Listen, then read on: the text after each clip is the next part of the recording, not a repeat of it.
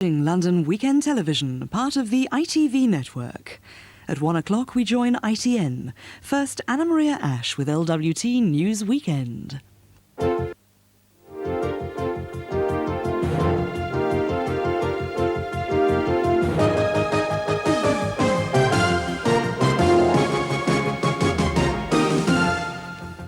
A waste of money or a vital lifeline? The London Air Ambulance Service, should it be extended? A special report. The legal loophole that can make life a misery.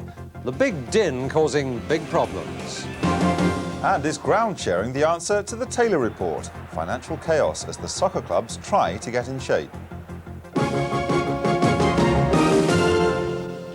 A very good afternoon to you. Welcome to LWT News Weekend. First, today's top story.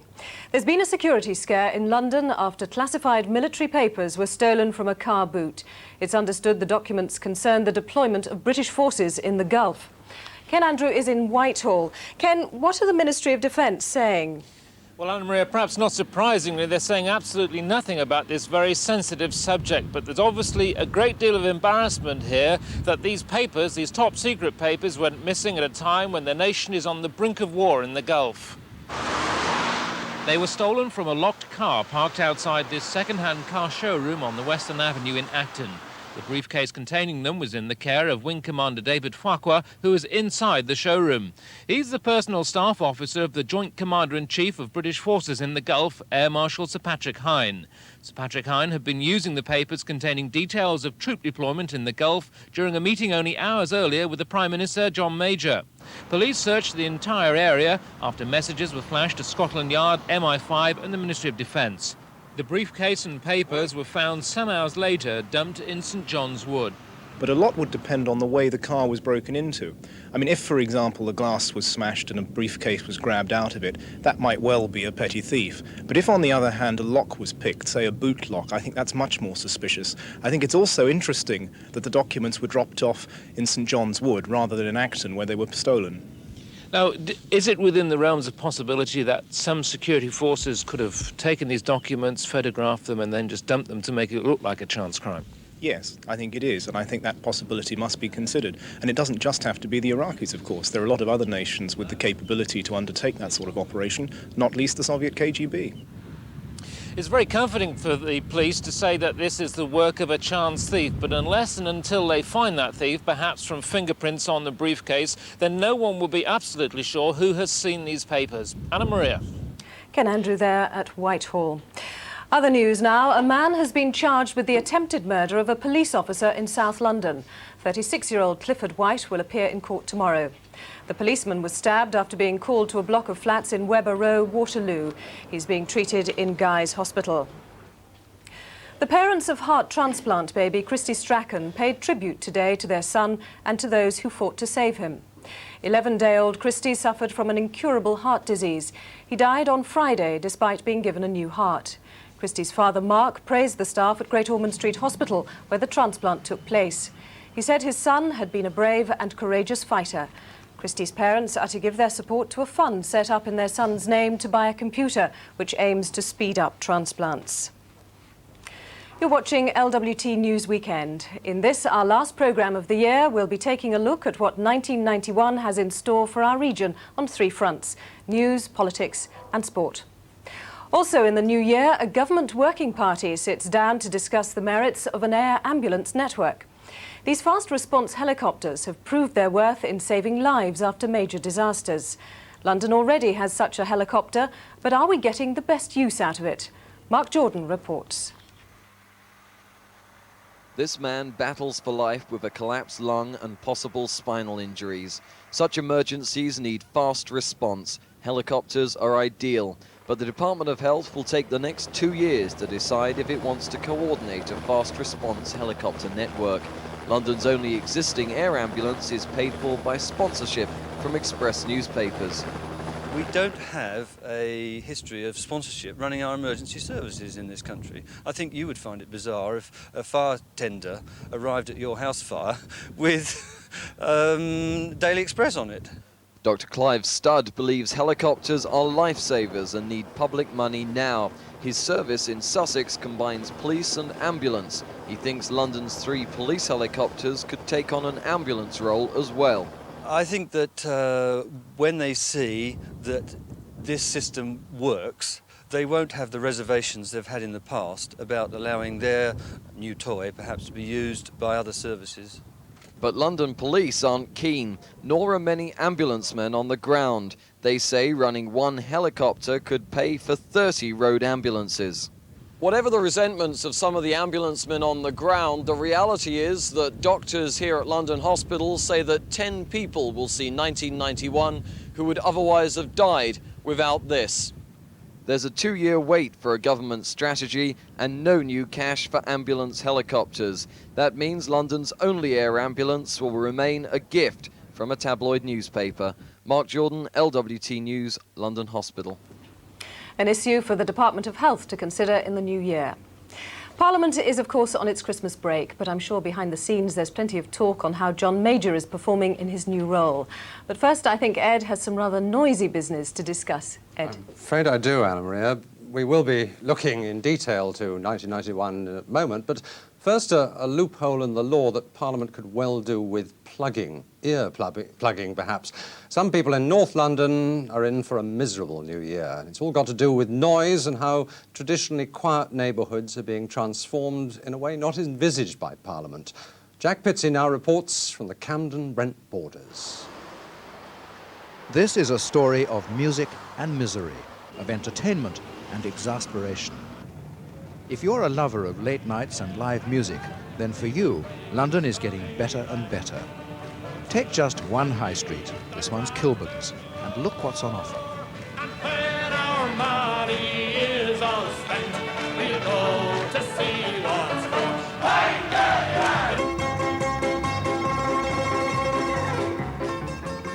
So your love for me could not go anywhere when all I wanted to do was jam and have big fun. Well, seems that you've forgotten the promise that we made. The reason why so many late-night music places have been opening up in London's high streets is an ironic one. 3 years ago, the planning laws were changed. The idea was to cut red tape, but the result has been to make it very easy to open a club. All you need is to have a place with a food license, this kebab house would do, and if you play your cards right, it'll be almost impossible for any local council to stop you turning the place into a club and bringing in a band.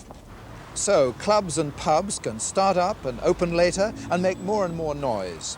It's fine if you're a music lover, but not so good if you're a neighbour. Very late at night, people are screaming, shouting, fighting. People come in the alleyway, they urinate. I've picked up syringes in my garden. I have beer cans, rubbish thrown over the wall continuously. And it's just the thing you've got to live with. I've got a 16-year-old daughter who quite frequently can walk out the house and see somebody urinating up against the wall. It's not pleasant. The noise is awful. And the places are opening up one after the other. Not surprisingly, in the last 3 years, drink-related offences around Kilburn High Road have roughly doubled. No.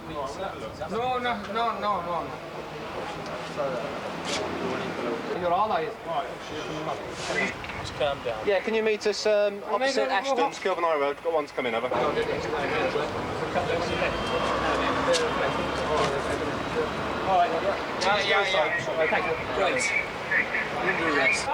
Half of Kilburn may be trying to sleep, but round the corner in the High Road it's like Nashville and the night is young. So, you know what I can do to your face? It's midnight, and at this moment there's one wild rover who just might agree with the residents that this is a borough with too many clubs. There's no let-up in the Nashvilleization of Kilburn. In the last couple of years, this site has changed from being a vet surgery to a club. A gas showroom here has turned into a pub. What was a typewriter shop here has turned into a club. 6 weeks ago, the Lucky Wine Bar was a bakery. And now there's an application to change this site, it was the Bank of Credit and Commerce, into a club with live music. And there's a plan to turn this old cinema into a dance hall. 7 nights a week until 2 in the morning. The cinema is close to homes, and the licensing committee is against the dance hall plan. But the committee's chairman, Councillor Bill Duffin, has been advised that there are no legal grounds for refusing, and if he does, he can be prosecuted and made to pay costs. So he and the committee have reluctantly given consent. We felt that taking into account the quality of life for the residents in the local area, and bear in mind this is a very big residential area, we felt it should be turned down. What do you think of the way the law is working? Well, I don't think the law is working, because I don't think it takes enough into account the quality of life for the residents who live in the area where the licences are granted.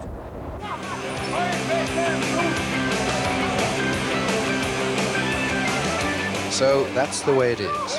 Happily for some, miserably for others, London is standing in a rising tide of clubs and bars and late-night music and everything that goes with them. Crazy, noise, ear-shattering situation. Well, with me now is the MP for that patch, Ken Livingstone.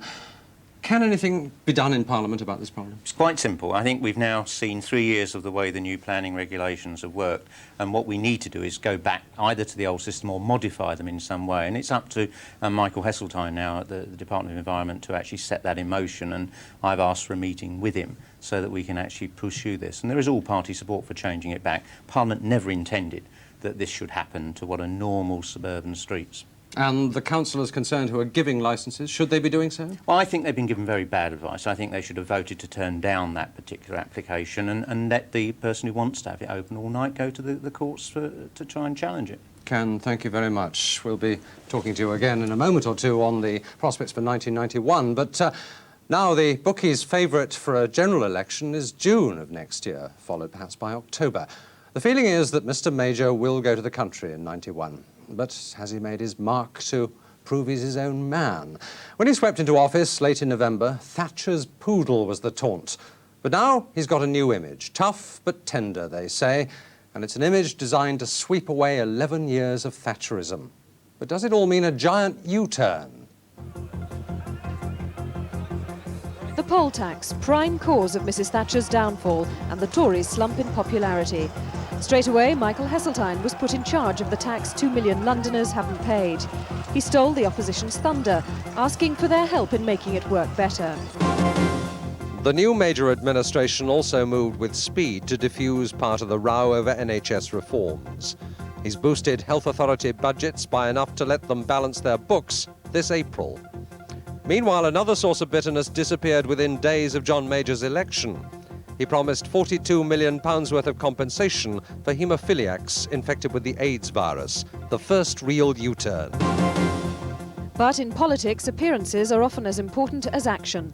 Mr Major appeared to get to grips with homelessness.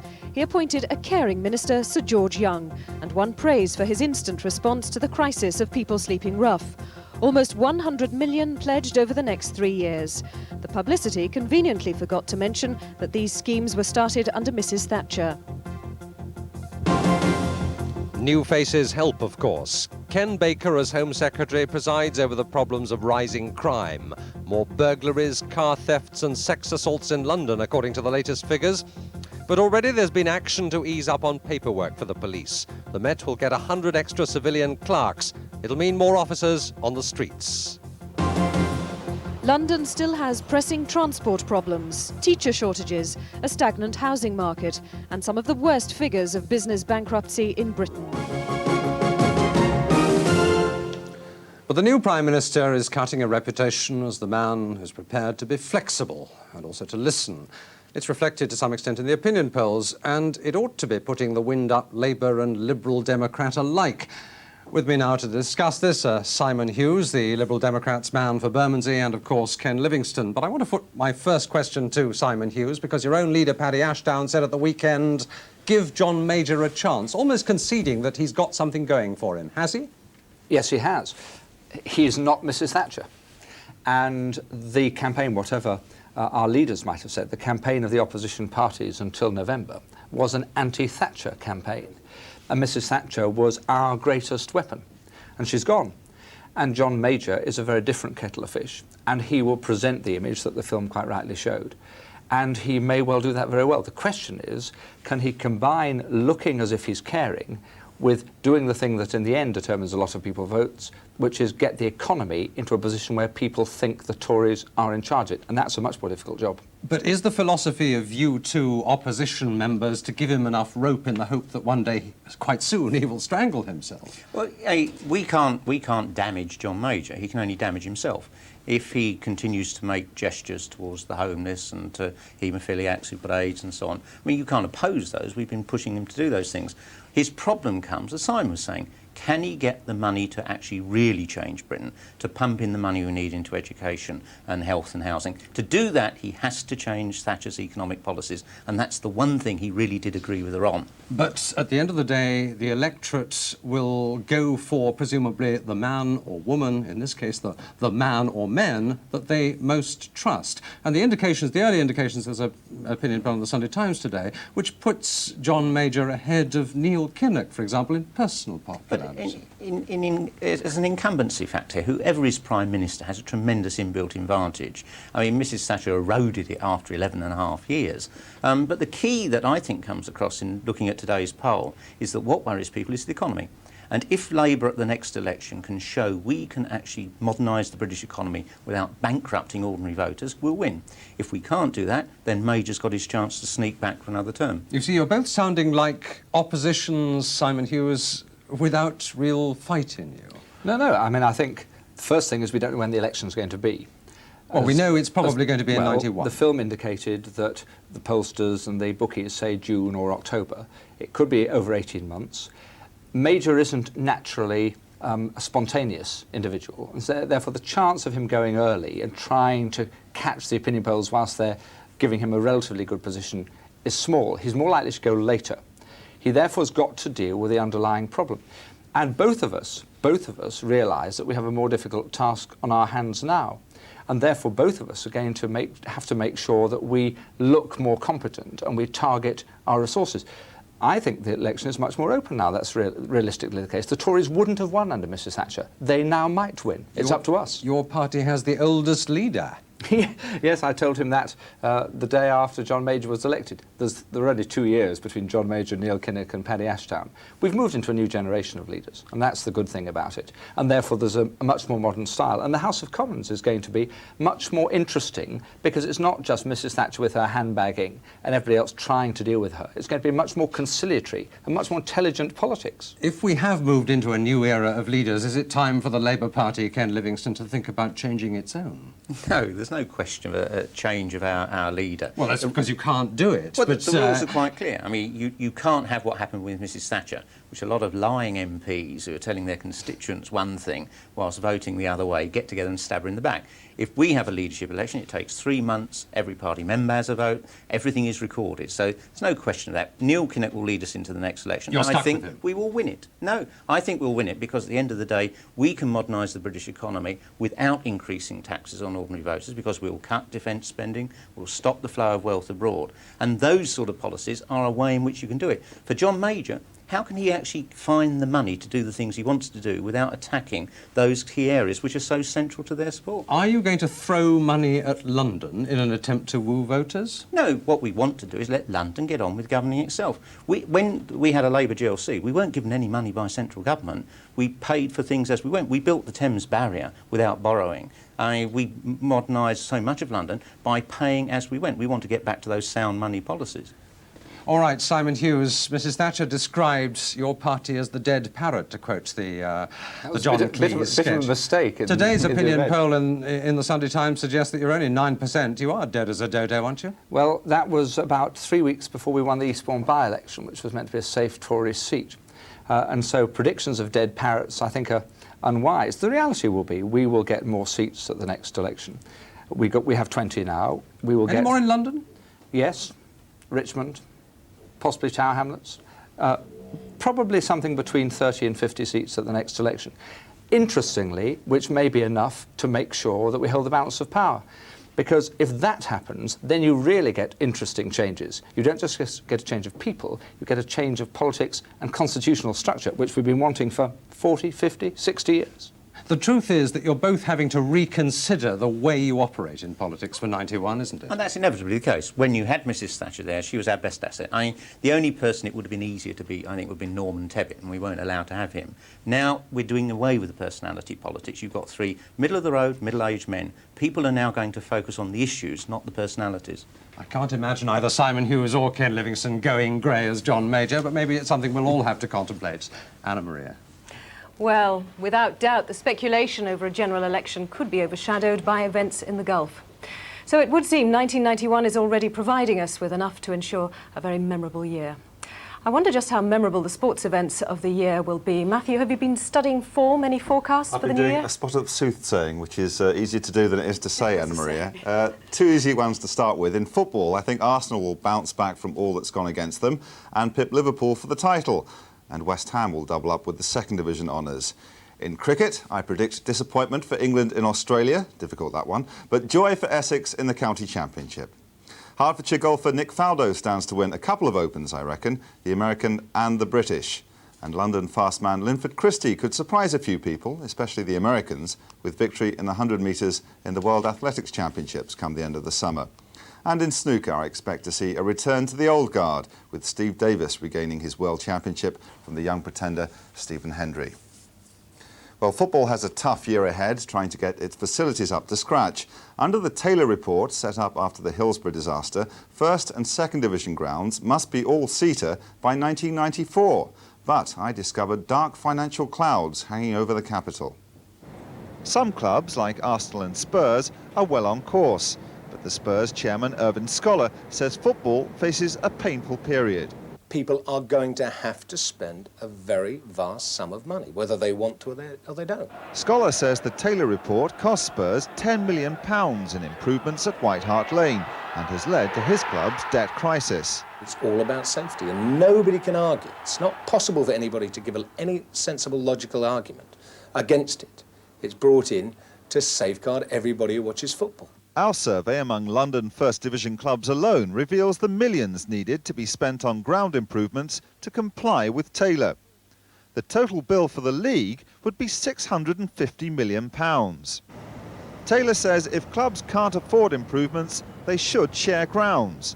Clubs are entitled to £2 million each towards expenses. Only 2 clubs in London share at the moment. Charlton Athletic have been playing at Crystal Palace's Selhurst Park ground for the last 3 seasons. Many others have discussed ground sharing, but one problem is that the fans don't want outsiders to share their home. There's enormous benefits in ground sharing, providing you've got 2 clubs who are willingly doing it. A similar reaction at Leyton Orient. I mean, I know for a fact that our supporters would be violently against us sharing West Ham's ground as it stands at the moment. I mean, that's the thing that runs through all the letters I've had, all the conversations I've had. That's a non-starter as far as they're concerned. New stadia might relieve some of the fans' hostility. Wimbledon have just reached agreement with the local council, allowing them to sell Plough Lane for redevelopment. But that still leaves them millions short of the 20 million required to build a new stadium. So where's the money coming from? It's not going to come from clubs. There are no funds available on that sort of level. Therefore, I believe it's going to come from at borough level or at council levels and so on. One thing all the football men agree upon is that there isn't enough government money on offer if all the recommendations of the Taylor report are to be complied with. Ron Node says the government should release land around London for new prestige stadia. Unless government identifies certain sites and relents on the Greenbelt policy to provide stadiums to perhaps allow an area like Selhurst Park to return to a residential use for the benefit of everybody, then we're not going to be able to move. We're not going to be able to build those new stadiums. We'll be continually trying to modify what we've got. Well, it looks as if 1991 needs to be a year for talking between the clubs, the football authorities, the government, local councils and the fans. Anna Maria. Good advice there. What about Crystal Palace today? How are they going to do? I hope they stuff them, because that will really open up the league championship race. Ever polite, Matthew. We'll take a look at some headlines now before we close. There's been a security scare in London after classified military papers were stolen from a car boot. A man has been charged with the attempted murder of a policeman in South London, and the parents of heart transplant baby Christy Strachan have paid tribute to their son and to those who fought to save him. And on this programme, Simon Hughes said the Liberals could win Richmond for the next election. That's it for this programme. We're going to leave you with some images of LWT news over the past 12 months.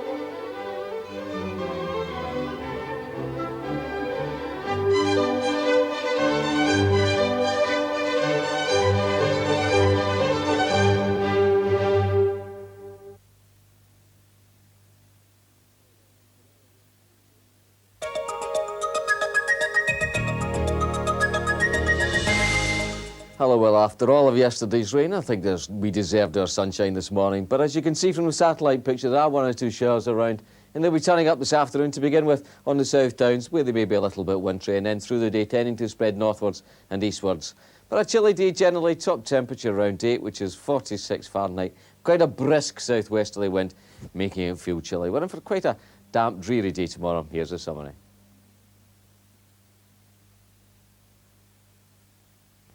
Next today, the national and international news from the studios of ITN. Oh no! How am I supposed to get to the West End now? Stand aside, ma'am. This is a job for Supercar.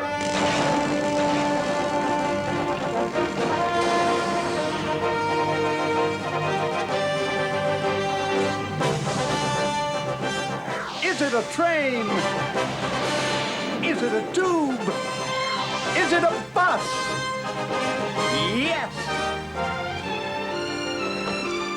Oh, thank you. Don't thank me, ma'am. Thank Supercar. The one-day travel card. No warden, no clamp, no ticket can stop it. Opening and shutting the door and not hearing the resonance of body panels. German? It's got to be German. Feels as solidly constructed as a BMW. Everything is exceptionally well put together. It sets new standards. Don't even think about buying another small car until you've opened the door to the new Metro.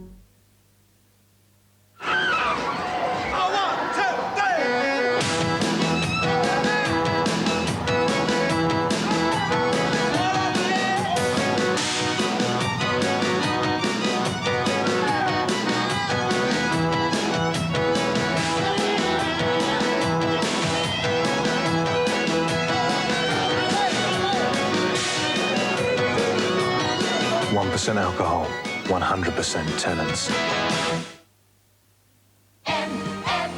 Only at the MFI sale. Lowest prices guaranteed on Schreiber bedrooms. Up to 50% off. The MFI sale, now on. I want to relax. I want to be alone. Unfortunately, I'm going with him. I want to go club-class! How about a Caribbean cruise? You could stay in your cabin, madam. Our staff can help just about anyone find the holiday that's made for them at a special Pickfords Travel price. Well, he could go island hopping. Pickfords Travel. We don't just tell you where to go. When your nose and throat are feeling beastly, take Hall's Mentholyptus. Rejoin the human race with your favorite Hall's Mentholyptus. Are you confused about switching to unleaded and trapped into using 4-star? Help is on its way. For Esso, who were first to sell unleaded in the UK, have produced a simple guide that releases you. It explains who can make the break to Esso unleaded and who to Esso Super Plus unleaded.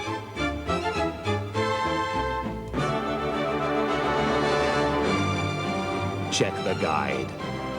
There's nothing to hold you back. There is a quality feel to the interior, geared Very stylish. Alfa Romeo. The interior will embarrass its competitors. Surprisingly refined. An executive car in miniature. Don't even think about buying another small car until you've sat behind the wheel of the new Metro. For details of the one-day Travelcard, visit your local train or tube station or selected news agents. Today at 2:05, join us for an action-packed look back at Italia 90, the World Cup that put British football back on the sporting map. This is London Weekend Television, part of the ITV network. The time now is 1 o'clock.